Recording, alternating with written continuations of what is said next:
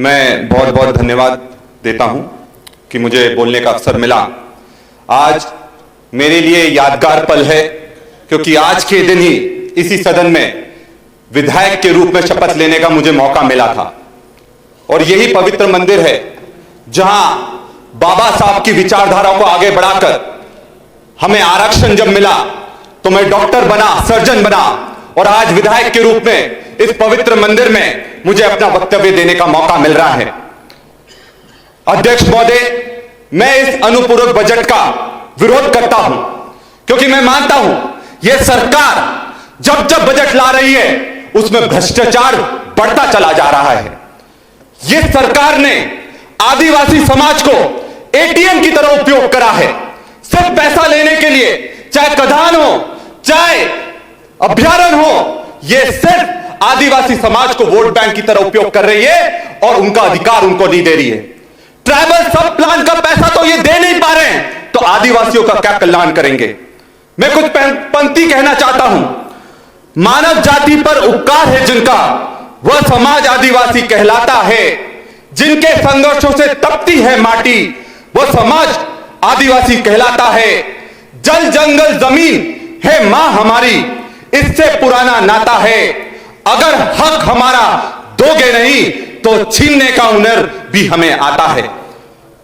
माननीय अध्यक्ष महोदय, जल जंगल जमीन हमारी मां है और पैसा कानून हमारा हथियार है, पर इस सरकार ने पैसा कानून को कमजोर करने का काम करा है। और इस पैसा, ये नोटों वाला पैसा नहीं है, ये पंचायती राज एक्सटेंशन टू शेड्यूल एरिया जो हमारा हथियार है वो वाला पैसा है। हमारे झाबुआ अलीराजपुर में बड़ी बड़ी खदानें आवंटित हो रही हैं, उनका सर्वे का काम चल रहा है। अध्यक्ष महोदय, मैंने माइनिंग विभाग, मैंने रेवेन्यू विभाग में भी प्रश्न लगाए तो माइनिंग विभाग कहता है कि हमने सर्वे करवाने के लिए ग्राम सभाओं की अनुमति नहीं है। मैं उनसे बोलना चाहता हूं, क्या यह पैसा कानून का उल्लंघन नहीं है? क्या पैसा कानून को इतनी ताकत नहीं देना चाहिए थी? पैसा कानून जब मध्य प्रदेश में लागू हुआ, भूरिया कमेटी के अनुशंसा पर लागू हुआ, तब उसका यह कहना था कि न लोकसभा न विधानसभा, सबसे बड़ी ग्राम सभा, और आज उसी ग्राम सभा की अनुमति नहीं ले रहे हैं। इसमें न्याय होना चाहिए। रेवेन्यू विभाग कहता है कि अभी सर्वे चालू हुए हैं पर अधिग्रहण नहीं हुआ, पर मैं उनसे पूछना चाहता हूं कि क्या जो अनुमति देते हैं अधिग्रहण, क्या वो पहला कदम नहीं है?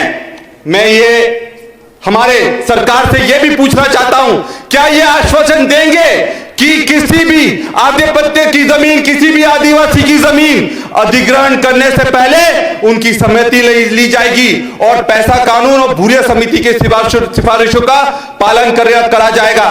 क्या यह सरकार जनता की है?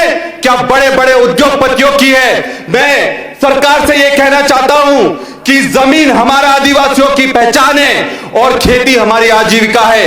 मैं आज इस संविधान के मंदिर में कहना चाहता हूं कि हम अपनी जमीन का एक भी टुकड़ा कॉर्पोरेट कंपनियों को नहीं लेने देंगे और उसके लिए अगर सड़क पर उतरना पड़ेगा तो पूरी ताकत से हम उतरेंगे। इस सरकार को मैं जगाना चाहता हूं कि ये सरकार जब से आई है तब से सिर्फ बेरोजगारी और क्राइम का इशू है।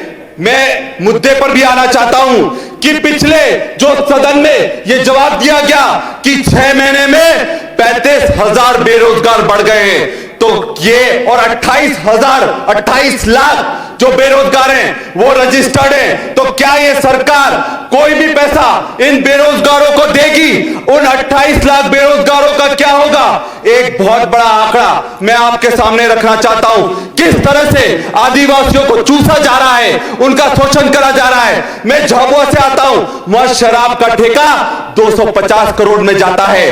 अलीराजपुर में शराब का ठेका 100 करोड़ रुपए में जाता है और वही जहां पर डिंडोरी में जितने आदिवासी हैं वहां पर ये 25 करोड़ का जाता है। तो क्या सिर्फ मुनाफा कमाने के लिए सरकार आदिवासियों का उपयोग कर रही है और सरकार को बदनाम कर रही है? आपको उदाहरण देना चाहूंगा, वट्ठा एक दुकान है और वट्ठा में 30 करोड़ का ठेका गया एक दुकान में, जहां रहने वाले सिर्फ 1500 लोग हैं। तो मतलब यह है कि हर दिन वहां का आदिवासी 500 रुपए की शराब पी जाता है। क्या ये बदनाम करना नहीं हुआ? मैं ये कहना चाहूंगा, मैं अपनी बात को समाप्त कर रहा हूं कि ये साफ है कि ये सरकार आदिवासियों की हितैषी नहीं है। ये साफ है कि ये महिलाएं इस सरकार में सुरक्षित नहीं है।